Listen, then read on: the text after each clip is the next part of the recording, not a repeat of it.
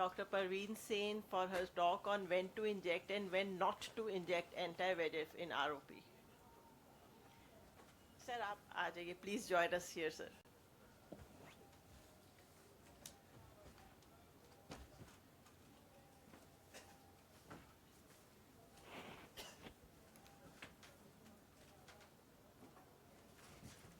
So at the outside, I thank Dr. Subina for having me here, and my job has been made very easy by Dr. Ajay because he has set the tone very nicely as to how to go about treating these babies, and with his experience, I think he's the best person to tell us how to do this screening in a private setup.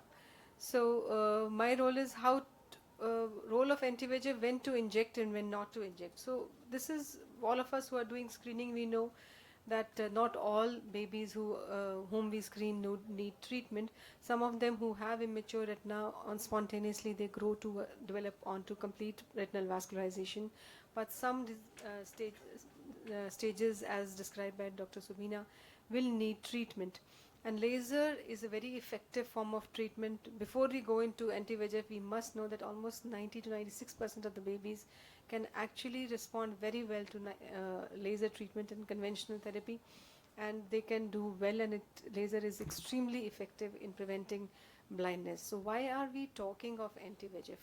So first of all, we know that the avascular area which is there in these babies has has high metabolic demands. This causes hypoxia, and this hypoxia is the trigger for increased VEGF concentration. And this VEGF concentration, once it is increased, that's the culprit for new vascularization in any disease, be it ROP, be it diabetic retinopathy or AMD. And to neutralize VEGF, the most effective, the most prompt tool that we have is an anti-VEGF injection. Laser, if we do, it takes a little time to come. So VEGF is required for normal angiogenesis as well.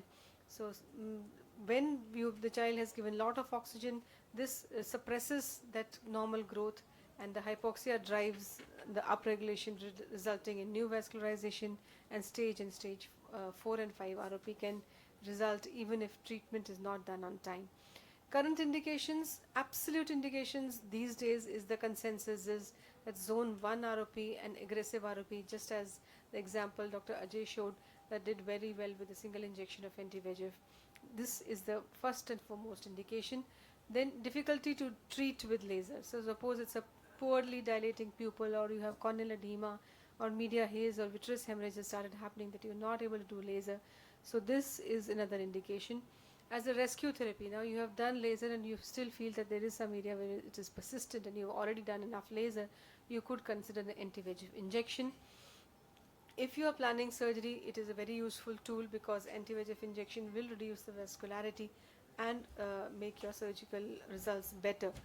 So aggressive ROP, again, especially in cases where there is avascular fovea already, or there is a TRD which is very close, or there is a new vascularization very close to fovea. So you do not want to damage it with doing permanent damage is caused by laser. So here again, anti-VEGF is used, and in COVID we all saw that there was a resurgence in the use of anti-VEGF injections. So this is where aggressive ROP is concerned. This is where zone 1, an example, very posterior disease, and you can see some bit of fovea is also probably avascular, and you would not want to do laser in that area. So anti-VEGF injection is necessary, and this is probably a relative indication, I would say.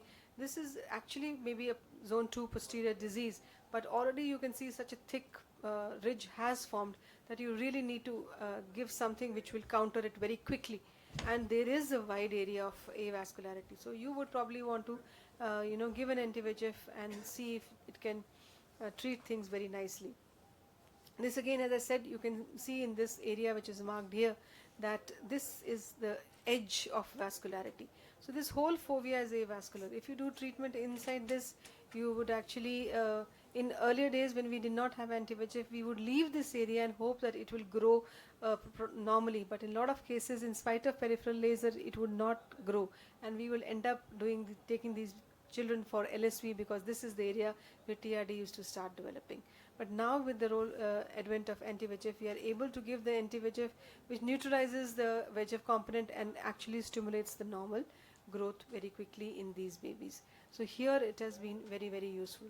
This is how rescue treatment will be required, that you can see adequate laser has been done, but instead of going in posteriorly with more laser, you could probably give an anti-VEGF injection and get away with it. Another indication, this is similar to the case which was shown by Dr. Ajay, and we had published it as far as in 2017. So you can see these triangular areas of capillary non-perfusion which are formed. It is probably more of a component of oxygen-induced retinopathy than just a retinopathy of prematurity. And in this child had exudative retinal detachment to begin with.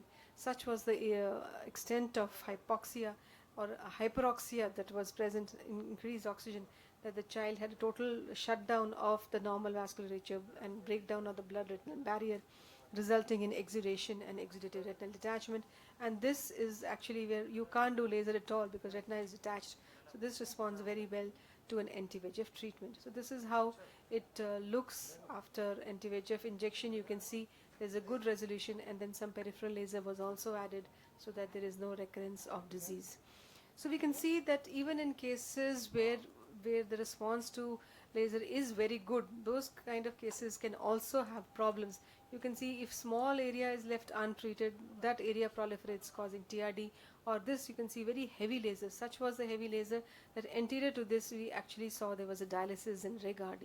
So these kind of complications, in addition to very rarely now, because more and more of us are becoming expert in doing these lasers, but vitreous burn, macular burn or hemorrhages or peripheral visual field loss is known to happen, and even exudative RD following high or heavy laser can happen. Anterior segment complications, sometime or the other you would have seen anterior segment ischemia, especially when a younger newer person is doing and they do extensive heavy laser, you will have induced cataract and anterior segment ischemia.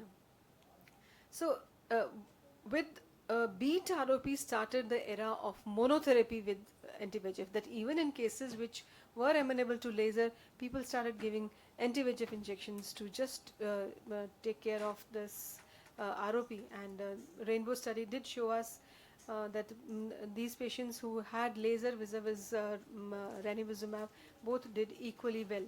And so this is found a backbone of the monotherapy with ROP. And even in the Firefly, which was for aflibercept, they had similar study results. Safer ROP, how to make it safer, especially if now we are going to extend our indication for anti-VEGF to even cases with zone 2 disease or zone 2 stage 3, or even in some cases even the zone 3 people are saying just avascular retina, early disease, and they just give injection, they don't want to do laser or they're not trained for laser. So then this has to be very safe. But we must remember that anti-VEGF has its own ocular side effects. As I said, there is reduction of pathological neovascularization, but there is also reduction of physiological vascularization which can happen with VEGF. And how you are going to give, you are going to introduce an injection, where you're going to give it, whether you're going to give it in the NICU or you're going to give it in the operation theatre setting. All these things have to be decided and carefully done. Advantages are immediate effect. You will see within rubiosis or persistent tunica vascularizada plus disease, within 24 hours it will just vanish. So that kind of effect laser may not be able to give. It will give immediate effect, and less structural damage, less field loss will be there with anti-VEGF injections. When not to inject, I think the first and foremost is conjunctivitis.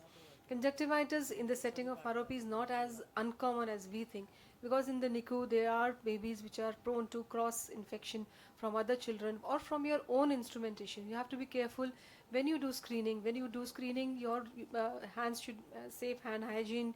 The instruments that you use can itself cause contamination, and conjunctivitis can happen on a follow-up.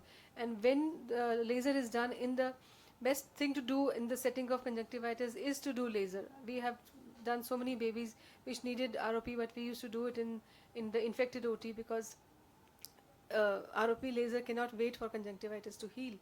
But when you do, you will immediately start getting corneal clouding because the cornea is already decompensated because of conjunctivitis.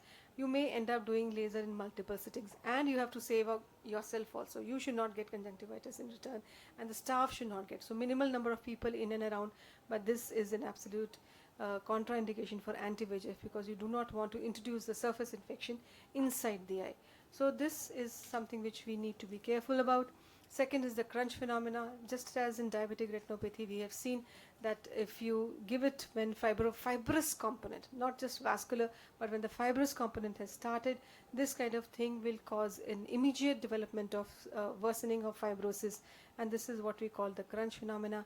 And once this develops, you have to intervene surgically. Surgery for crunch phenomena is extremely difficult. It's not easy because now the fibrous tissue becomes very extensive, and just relieving the vitreous vector forces is not going to be enough. You'll have to sit and dissect this tissue. So this becomes a very difficult situation. So this is another example that I had, that the child was given anti-VEGF injection outside, but you see not a single vessel is seen. So this has been recently recognized that it can cause extreme obliteration of vessels. Here you cannot give anti-VEGF again. You have to be careful as to what you have to do, and the only retina which is there is this bunched up white kind of tissue. Rest of it is all avascular. So this again, once you see peripheral RD, again it's a contraindication. This is proliferation after anti-VEGF. So if the parents cannot bring the baby for follow-up, do not give anti-VEGF. I think that's the best. It's as easy as that. If follow-up is extremely important, the recurrence can be, though they have said 8.3, but I think with ranibizumab this can be up to 25 to 40 or even more.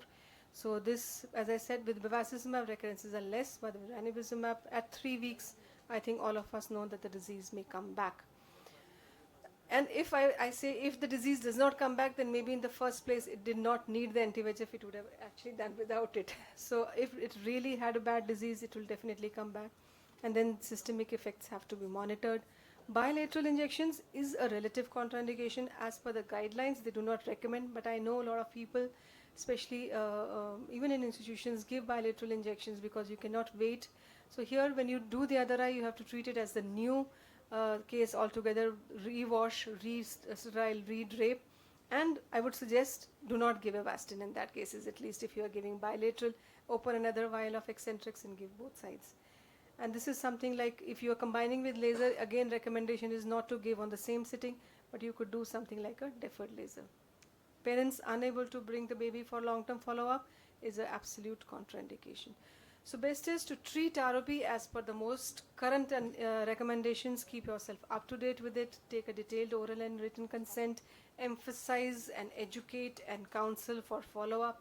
And I am a strong advocate for combination therapy.